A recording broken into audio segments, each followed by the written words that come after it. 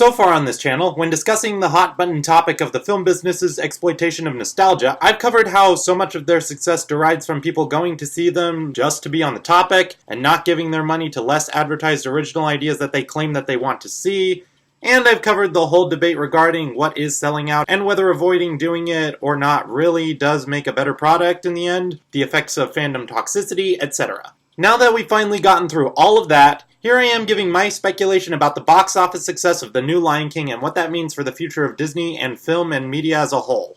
By the way, when I say the Lion King in this video, expect me to be referring to the 2019 one rather than the original 1994 one, because just saying the remake or the newer one on repeat would just get tiresome quickly, and also because it's not so much a remake as it is a CG reskin. The responses to The Lion King so far have ranged from being a wonderful reliving of my childhood to mediocre to an empty spectacle void of all that made the original great to destroy it! But in any case, it made over $1 billion over the course of just a week, most of that consisting of the international revenue, but nevertheless. For my part, I'll start by saying that I've made it no secret that I was resistant to the idea of a Lion King remake from the moment it was announced, to say nothing of the whole live action or not controversy. And each passing trailer only deterred me from it all the more. Unless it were able to A, be a Cirque du Soleil style filming of the Broadway version, or B, be a dialogue nature-free documentary like the original exception for the classic '94 movie was, which would have been a much better fit for the aesthetic this movie was going for. Whether it ending up as a literal copycat of the original, pun semi-intended there, derides from Jon Favreau and his team getting such backlash for even attempting this project, or if they just up and poured all their effort on the technicals and nothing else, who knows. The result is what it is. And as is, I do believe that the movie made way more money than it deserved, and yes, I do wish that the effort and budget put into the photorealism in this movie was spent on a more worthwhile picture. But then again, that's something that I'm used to when it comes to film. And besides, I know there are people out there who would bicker and say that the original Lion King was a terrible movie that didn't deserve the distinction of the highest grossing movie of its time. So now that we're back on lap number 3000 on the whole remake nostalgia discussion, my main purpose for making this video is to address two big questions. One is that a big fear that seems to be plaguing audiences' minds right now is whether or not this nostalgia-driven market, and the fact that The Lion King grossed over $1 billion, gives filmmakers the impression that they can get successful by wowing audiences with their impressive technology, all while giving little effort to the film's other components and just copying somebody else's homework. Well, to answer that question, consider this. Remember how the bulk of history's highest-grossing movies were the must-sees of their time, and were predicted to be the big game-changers? And some of them were in the technical filmmaking venues, but for the most part, not so much the content. Like Avatar. Even with its record-breaking income and huge technological advancements for the time, that never seemed to be the film to imitate or capitalize on since, even with all its upcoming sequels set to release over a decade after the original. And it was also the big must-watch experience of its time, in part because of the 3D. And since then, 3D was a big marketing highlight for movie-going experiences, but it ultimately ended up being a very short-lived novelty, something that Animat further explains in his editorial. 3D was a trend that came and went multiple times in history and will probably continue to do so, and these remakes are basically the same. Basically, since a film's performance can be affected by things like release schedule for the time of year and the number of theaters distributing it, I don't dwell that much on box office numbers, because those don't definitively represent what the public genuinely thinks of a certain work. And it doesn't define the long-term legacy of a film, as so many of the most influential and beloved films of today did not become so until years after their initial release. One of the most recent and well-articulated videos I've seen about the topic of Disney live-action remakes was by a small channel called The Film Lab, where he discusses the reason why audiences seem to be so drawn to these types of movies, such as nostalgia feels like a refresher and a reminder of the good old days in this day of hostile political and social climates. People reserve $10 for a theater ticket only for a movie that they will feel rewarded for going to see. They're happy with other means of media distribution in this age of digital streaming, etc. And why he himself has gone to see some of these movies and forms his own opinions on them, and advises others to go see films for themselves if they want to form their own opinions. And I have more respect for this kind of approach than the ones where people just scream, "Stop with these, you evil businesses! These things must die! Stop watching them! You moviegoers are making things worse for all of us! Stop with these things must die! Stop watching them! Even though those types of videos tend to get more views, that doesn't convince me that the people making them or watching them are in the right. It just tells me that people are more interested in hearing what they want to hear rather than actually listening and being open-minded. That mentality leads to safe spaces, echo chambers, and eventually even to conspiracy theories. But then there's the matter about the direction things are currently going because of this nostalgia craze. Does the fact that Hollywood and its audiences are so nostalgia crazy nowadays mean the downfall of the art of cinema as we know it, or at least the diminishment of original ideas? Is Hollywood just going to sweep all non-nostalgic pieces of entertainment under the rug, simply on the principle that no matter how much they're able to make, they simply can't compete with other big names? Well, I don't think it's ever going to go quite that far. I hope to God that it doesn't. It's not like every non-nostalgic property is a failure. I mean, the movie Us managed to do pretty well. I don't think that we're facing a future where nothing else has the opportunity to shine.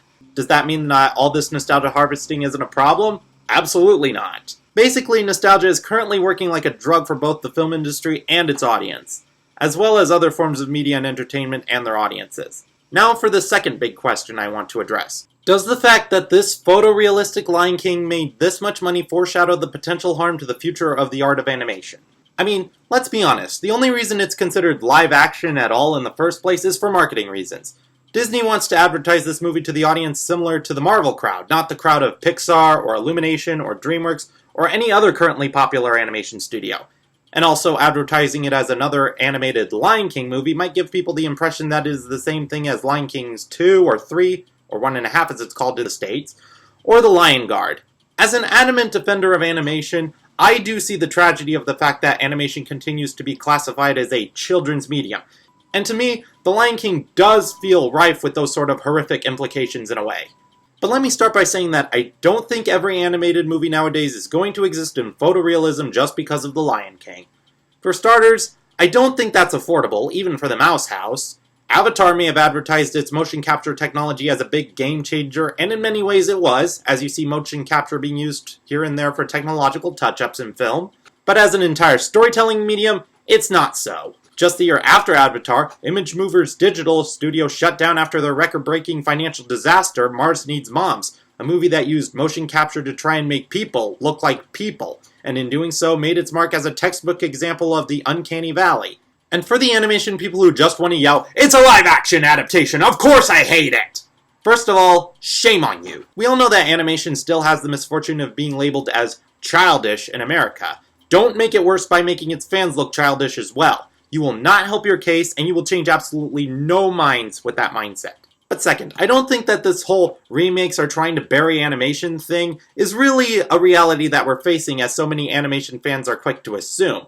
Yes, this new Lion King doesn't help that case, and I do think that the reasons for it being advertised as live action are utter trite, but I don't see Disney shafting their animation projects in the future, at least thus far. We still have Frozen 2 coming out later this year, and we've got Soul and Onward from Pixar coming next year. Two movies that will break the seemingly nothing but sequels future people were dreading for the mere 4 years that Pixar was going to suffer from.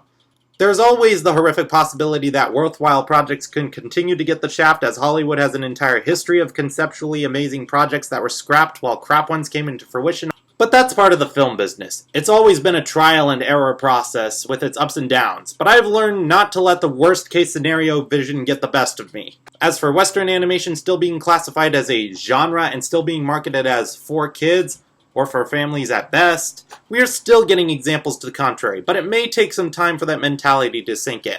I mean, if superheroes could go from being viewed as simply child-oriented to garnering such mass appeal that they're now the big blockbuster game changers, maybe animation still has yet to reach that ultimate payoff for all the efforts for the people who love it. Now I, being an animation fan, stylized animation that is, have always valued the medium for its multiple advantages that it has over realism, and I empathize with the others that do too. So one good thing that came out of this movie is the multiple YouTube videos explaining said advantages, some of the best ones I've seen being Toon Ruin, Trope Anatomy, and Totally Not Mark. There's also Rose Universe and her video comparing The Lion King to Detective Pikachu, another movie that came out this year and serves as an example of using the technology effectively to bring nostalgic cartoon characters to the level of realism without sacrificing the emotional connection, and also being a movie that managed to veer away from being another terrible video game adapted movie, and be well received financially and critically. As for this whole concern about live action being out to trump animation, remember when everyone was freaking out about the rise of CG diminishing classic hand-drawn? Honestly, I think rather than being CGI dominant, this decade of animation has been more of an experimental one. We arguably have more variety of animated features than ever before, and I don't think that's about to go away. Not even for hand-drawn. In fact, we just got a full 20 minutes of it in what's classified as another one of these entries in the whole live-action nostalgia craze trend, Mary Poppins Returns. Maybe it didn't revitalize the medium, but it was the first time in a while that several 2D veterans got to have in a Disney mainstream feature film. And even if The Lion King didn't bomb and made more money than Detective Pikachu, and even if its numbers weren't deterred by an explosion of hate like the Emoji Movie was, pretty much everybody I've heard from who saw the movie and liked it still admitted to the '94 hand-drawn classic being superior. But speaking of the Emoji Movie, when it came out, animation fans, including myself, admittedly, were freaking out when they saw that it didn't lose money, fearing that it was going to become the norm for Western animation. And now, here we are and it's not. In fact, how many people even talk about it anymore? Well, besides the fact that this is the second time I've brought it up in my videos, and yes, I feel dirty for doing so. And come to think of it, wasn't it just last November that people were worried that Wreck-It Ralph 2 was going to be the same movie, and it turns out, no. Even if you didn't like the movie, it was nowhere near the levels of shameless corporate cynicism and laziness. I don't even think there was much to worry about that prospect anyways, since I don't think any studio would want to try and emulate what earned the title of Worst Animated Film of 2017. Yes, it's true that this year we got such titles as Ugly Dolls and Wonder Park, which were terrible for most of the reasons that seem to hinder the reputation of Western animation, but really, how many people went to see either of those? Even if Disney execs are satisfied with Lion King's income in spite of the critical reception, I think that if other studios were to try and follow the footsteps of any films to achieve similar success with career possibilities, it would probably be ones that were met with more acclaim, even if less income. Because, let's face it, we can't all be Disney, at least until they buy up absolutely everything. But that does raise the concern regarding whether these remakes, with them bombarding the market, are the only career choices for the people working on them. Well, I reminisce a lot of times what sort of consequences certain products may lead to, but I can tell you that several people we thought were going to be diminished by the career choices they made did manage to go on to achieve greatness later down the line. Not all of them, but certainly a fair number of them. From Disney Channel pop stars to animators of the now-defunct Disney Toon Studios, with a balance of luck and the correct career choices, tumultuous though they may seem, there will be artists in the industry that will be able to adapt and survive. Yes, Disney has committed a ton of things in this year alone that we could criticize them for, not counting their films. Yes, I'm with the grand majority who thinks that they're going too far with their becoming a big corporate monopoly trying to buy up every single property they can. And a lot of these films were supposedly a support boost so that they could get their new streaming platform, Disney Plus, off the ground. But I know there are many people still skeptical of the idea of how the quality of that platform will turn out in the long run. Does all that's happening in the film and entertainment industry make me worry regarding which direction it's headed towards? Yes, in many ways. Even trying to assure myself that things won't turn out as terrible as they possibly could doesn't make the worry go away. And yes, I myself am strongly hoping for a day where Hollywood decides that not every good or successful film needs to be made into a franchise, unless the film's legacy can really grow and benefit from it, rather than being exploited for it. But what's important to keep in mind is that's part of the human mind's way of processing all that's going on, and it makes it easy for us to succumb to fear, and to turn against one another over some simple values and beliefs. That's why it's all the more important to be strong, patient, open-minded, and retaining of hope. There's a little quote that I heard that I found very valuable to keep in my mind. You don't always have to be hopeful about the future. Sometimes it's just enough to be curious about what's coming.